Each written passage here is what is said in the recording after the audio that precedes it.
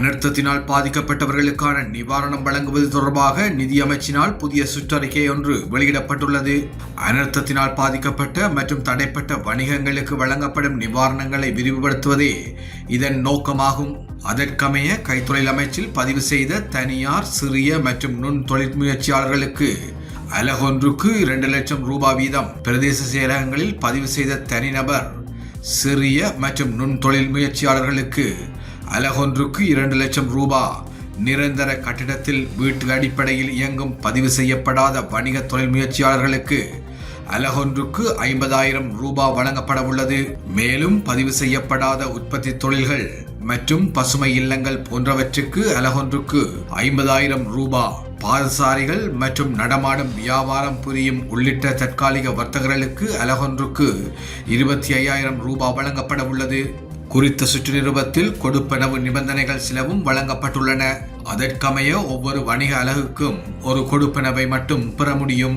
ஒரு பயனாளி ஒன்றுக்கு மேற்பட்டவற்றுக்கு தகுதி பெற்றிருந்தால் ஒவ்வொரு பிரிவின் கீழும் ஒரு கொடுப்பனவை மட்டுமே கோர முடியும். தேவையான நிதி ஏற்பாடுகள் பாதுகாப்பு அமைச்சிற்கான செலவின தலைப்பு இலக்கம் 103 கீழ் மேற்கொள்ளப்படும். பணம் செலுத்தல்கள் பிரதேச செயலகங்கள் மூலம் செய்யப்படும் என அந்த புதிய சுற்றறிக்கையில் குறிப்பிடப்பட்டுள்ளது.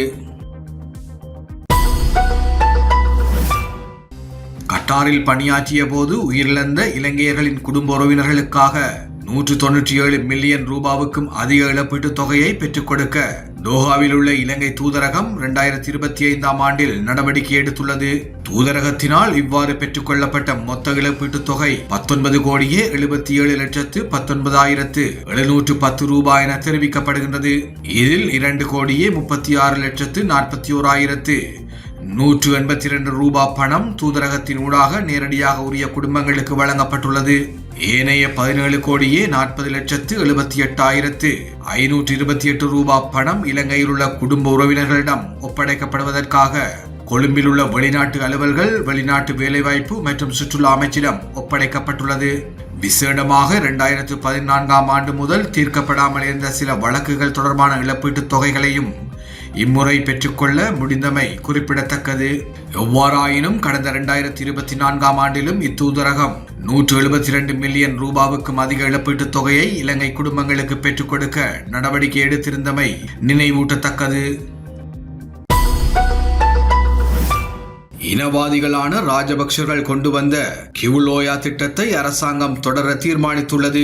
திட்டத்துக்கு தமிழ் பிரதிநிதிகள் எவரும் இணக்கம் தெரிவிக்கப் போவதில்லை என தமிழ் தேசிய மக்கள் முன்னணியின் தலைவரும் யாழ் மாவட்ட பாராளுமன்ற உறுப்பினருமான கஜேந்திரகுமார் பொன்னம்பலம் சுட்டிக்காட்டினார். பாராளுமன்றத்தில் நேற்று வெள்ளிக்கிழமை இதனை தெரிவித்த அவர், This Kibuloya project that the cabinet has approved, it was something that was started by the Rajapaksas, and the Prime Minister knows what the Rajapaksas are. In 2013, soon after the war, this Kibuloya project was orchestrated where there were supposed to be settlements. Nearly 6,000 Sinhala families were going to be settled in this under this scheme. கிபுலோயா திட்டத்தை ராஜபக்சக்களே ஆரம்பித்தனர். அவர்கள் தமிழர்களுக்கு எதிரான இனவாதத்தை முன்னெடுத்தவர்கள்.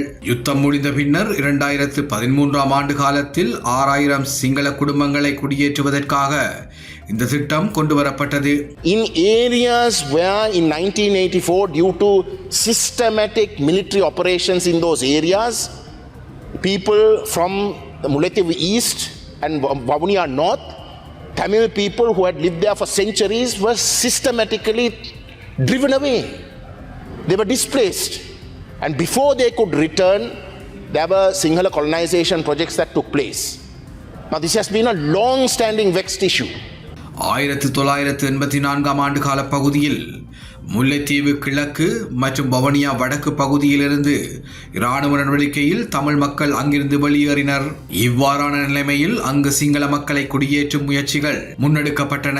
யுத்தம் முடிவடைந்த பின்னர் தமிழ் மக்கள் அங்கு சென்ற போது வன பாதுகாப்பு உள்ளிட்ட பல்வேறு தரப்பினர் இடங்களை கையகப்படுத்தியிருந்தனர். இது சிங்கள மக்களை குடியேற்றுவதற்காக பயன்படுத்தப்படுகின்றது. Kibuloya project is a key problem with regards to that in the northern province.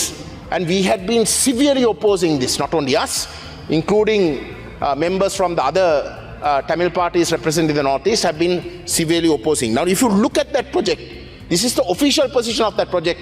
The entirety of the settlements that are going to take place is Sinhalese. கியூலோயா திட்டம் மிகவும் பிரச்சனைக்குரிய விடயம். இதற்கு நாங்கள் கடும் எதிர்ப்பை வெளிப்படுத்துகின்றோம். ஏனைய வடக்கு மற்றும் கிழக்கில் உள்ள தமிழ் கட்சிகளும் இதனை எதிர்க்கின்றன. இங்கு முழுமையாக சிங்கள மக்களே குடியேற்றப்படுவர். இவ்வாறான வேலை திட்டங்கள் ராஜபக்சக்களால் கொண்டு வரப்பட்டன. You call the Rajapaksas racist, but you are doing it, and in addition to that, the Rajapaksas allocated 7 billion rupees to carry out this project. You have increased that by a further 2 billion. ராஜபக்சர்கள் ஆட்சியை நாங்கள் இனவாதம் என்றோம். ஆனால் உங்களின் ஆட்சியிலும் அவ்வாறான திட்டங்கள் கொண்டு வரப்படுகின்றது. அப்படியென்றால் நீங்கள் செய்வதும் அவ்வாறான இனவாத வேலைகளே. ராஜபக்ஷ அரசாங்கம் இந்த திட்டத்துக்கு 7 பில்லியன் ரூபாவை ஒதுக்கியிருந்தது. தற்போதைய அரசாங்கம் இந்த நிதியை அதிகரித்துள்ளது. இதன் மூலம் அரசாங்கம் எங்களுக்கு சொல்லும் செய்தி என்ன? Tayati Vihare that was built on private land. I challenge the president. It was built on private land. When the Tayati Tisavihare land is already there, nothing was done there. They took private land. When we are protesting that private land has been confiscated illegally, the president goes and calls that racist. What is the message you are telling us?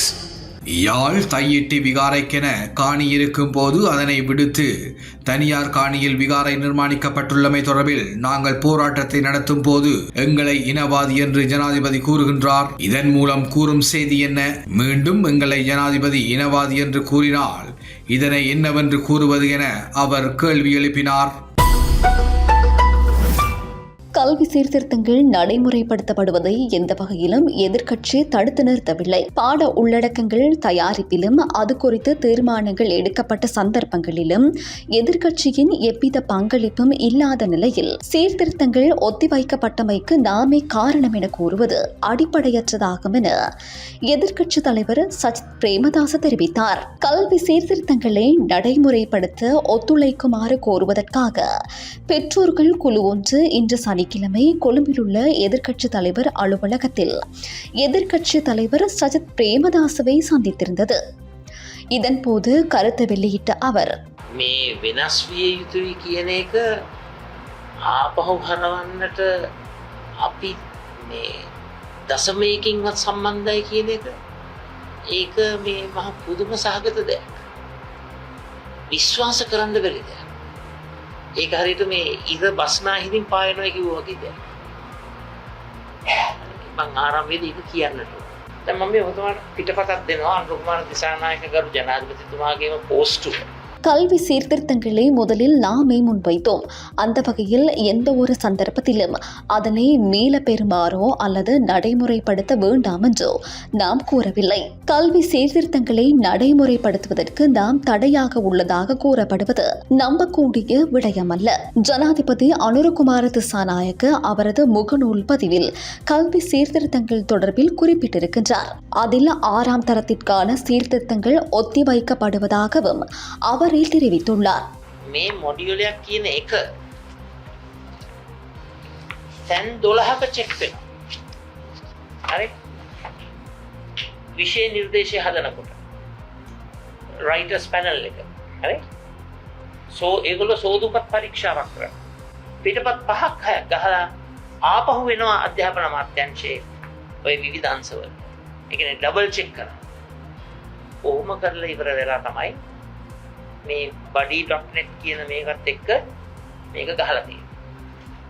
எனவே சீர்திருத்தங்களை ஒத்திவைத்தது நாம் அல்ல, ஜனாதிபதியே என்பதை பெற்றோர் புரிந்து கொள்ள வேண்டும். அவை காலம் தாழ்த்தப்பட்டுள்ளமைக்கும் எமக்கும் எவ்வித தொடர்பும் இல்லை. தரம் 6 ஆங்கில பாட விடயத்திற்கான தயாரிப்பு பணிகளில் எதிர்க்கட்சி உறுப்பினர்களோ எனது அதிகாரிகள் குழுவோ பங்கேற்கவில்லை. இது தயாரிக்கப்படும் போது 12 சந்தர்ப்பங்களில் சோதனைக்குட்படுத்தப்படுகின்றது. அவ்வாறிருந்தும் பொருத்தமற்ற ஒரு இணையதளத்தின் முகவரி எவ்வாறு பாடநூலில் உள்ளடக்கப்பட்டது? இதற்கும் எதிர்க்கட்சிக்கும் எவ்வித தொடர்பும் இல்லை எனும் போது எவ்வாறு சீர்திருத்தங்கள் எம்மால் தடைப்பட்டுள்ளதாக கூற முடியும்? எனவே இதனை பெற்றோர்கள் தெளிவாக புரிந்து கொள்ள வேண்டும் என்றார். புதிய கல்வி மறுசீரமைப்பின் இலக்கு தொடர்பில் முழுமையாக ஆராயாமல் எதிர்க்கட்சித் தலைவர் அங்கொன்றும் இங்கொன்றுமாக பல விடயங்களை பட்டியலிட்டுள்ளார். அரசியல் நோக்கங்களை முன்னிலைப்படுத்திக் கொண்டு கல்விக் கொள்கை தொடர்பில் வெளிப்படையாக விவாதிக்க முடியாது. நம்பிக்கையில்லா பிரேரணையை எதிர்க்கட்சி கொண்டுவர தேவையில்லை. பிரதமர் பதவியில் மாற்றம் வேண்டும் என்று மக்கள் தீர்மானித்தால் வீடு செல்ல தயாராக உள்ளேன். நாட்டு மக்களுக்கு மனசாட்சிக்கும் நான் பொறுப்பு கூறுகின்றேன் என பிரதமர் கலாநிதி ஹரிணி அமரசூரிய தெரிவித்தார். பாராளுமன்றத்தில் நேற்று வெள்ளிக்கிழமை இதனை தெரிவித்த அவர், අද උදේ ඇවිල්ලා මේ දුවගෙනම ආවේ මේ no confidence motion එකට මුහුණ දෙන්න කියලා. කෝ ගේන්නේ නැද්ද? අපරාධේ අපි නම් ලෑස්ති වෙලා හිටියේ. මම මේකත් කියන්නම් no confidence motion එක ඔබතුමන්ලා ගේන්න ඕනේ. මේ රටේ ජනතාව තීරණය කරාම මේ අගමැති වෙනස් වෙන්න ඕනේ කියලා අපි ගෙදර යන්නත් සූදානම්. ඒක මම අපි වගේ කියන්නේ මේ රටේ ජනතාවට අපේ හෘද සාක්ෂියට. ඉතින් ඒ අනුව අපි වැඩ කරගෙන යන්න. புதிய கல்விக் கொள்கை பற்றி பல விடயங்களை எதிர்க்கட்சியினர் முன்வைக்கின்றார்கள்.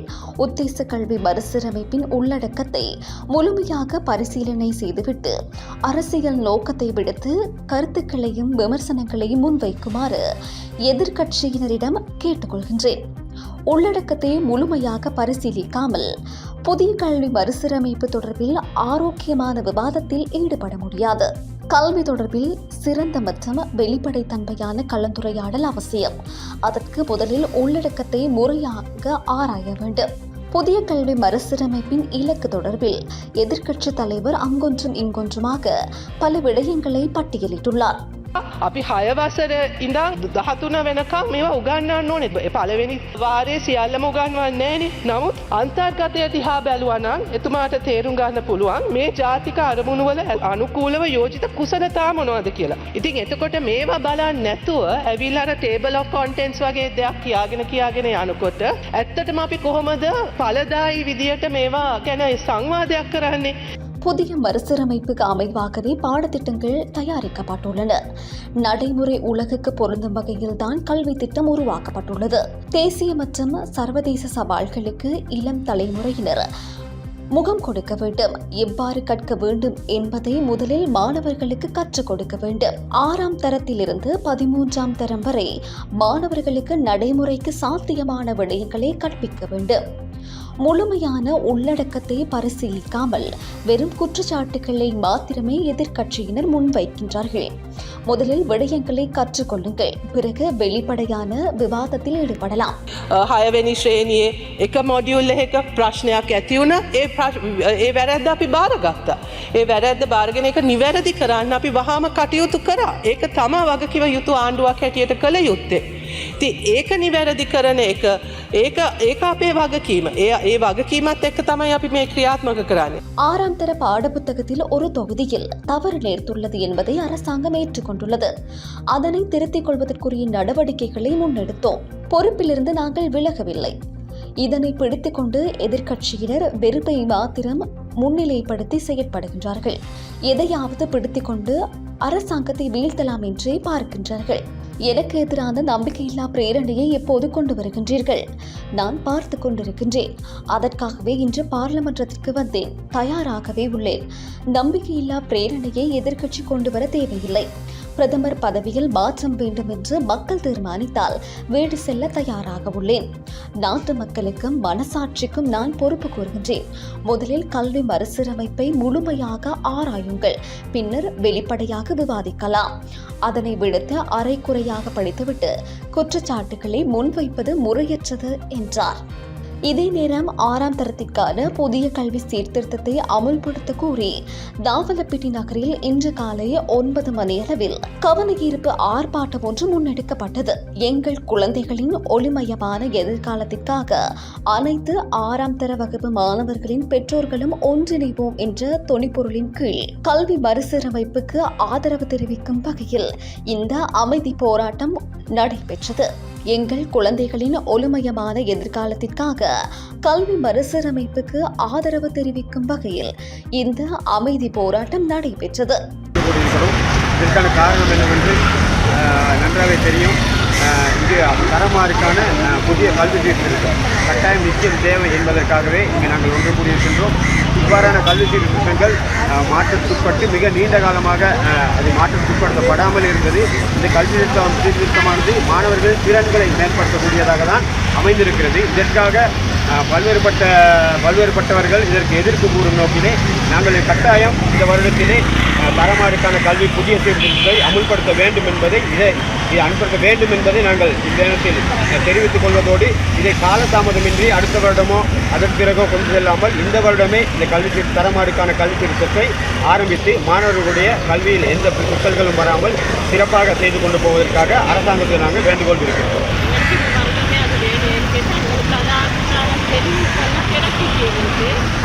அதனால எங்களுக்கு அந்த சிஸ்டம் வந்து ரொம்ப நல்லோடப்படுது எங்கள் பிள்ளைகளுக்கு. அதனால இந்த வருடம் எங்களுக்கு கட்டாயம் இந்த சிஸ்டத்தை மிக தாழ்மையோட තරගෙනම තමයි අපි පාරට බහින්නේ. ඒක ප්‍රසීල සීමාවක හැමෝටම ගිහිල්ලා තියෙන්නේ. ඒ හින්දා රජයට කියනවා මේ ඔයාලා ජාතික ප්‍රතිපත්තියක් කරා මේක දරුවන්ට මේක දෙනවා කියලා පොරොන්දුවක් දුන්නා. ඒ පොරොන්දුව ඒ විදිහට ඉෂ්ට කරන්න මේක දරුවන්ගේ අනාගතයට දාලා දරුවන් පැත්තෙන් මේකේ බලලා